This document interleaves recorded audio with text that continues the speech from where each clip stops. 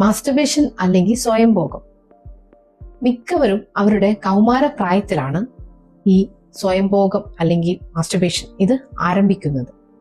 അത് അവരുടെ ഒരു ക്യൂരിയോസിറ്റി അല്ലെങ്കിൽ ഒരു ആകാംക്ഷ കൊണ്ടാണ് ഇങ്ങനെ ഉണ്ടാവുന്നത്.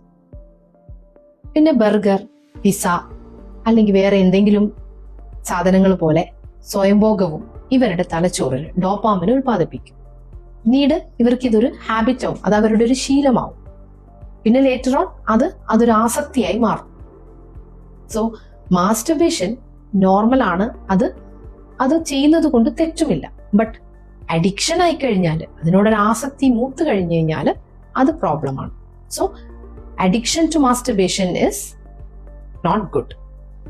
പിന്നെ ഇവർക്ക് പറ്റില്ല, ഇന്ന് എനിക്കിത് കിട്ടിയേ തീരൂ, ഇതില്ലാതെ ഇന്ന് പറ്റില്ല എന്ന ആ ഒരു അവസ്ഥ, അതവർക്ക് ഈ ആസക്തി അല്ലെങ്കിൽ ഈ അഡിക്ഷന്റെ ഒരു സൈനാണ്, ഒരു ലക്ഷണമാണത്. പിന്നെ ഇവർക്ക് ഇതിനോട് നോ എന്ന് പറയാൻ പറ്റുന്നില്ല. ദാറ്റ് മീൻസ് അവർക്ക് അതിനെ കൺട്രോൾ ചെയ്യാൻ പറ്റുന്നില്ല. ഇവരെ നിയന്ത്രണത്തിൽ നിന്ന് കൈവിട്ടു പോയി എന്നാണ് അത് സൂചിപ്പിക്കുന്നത്.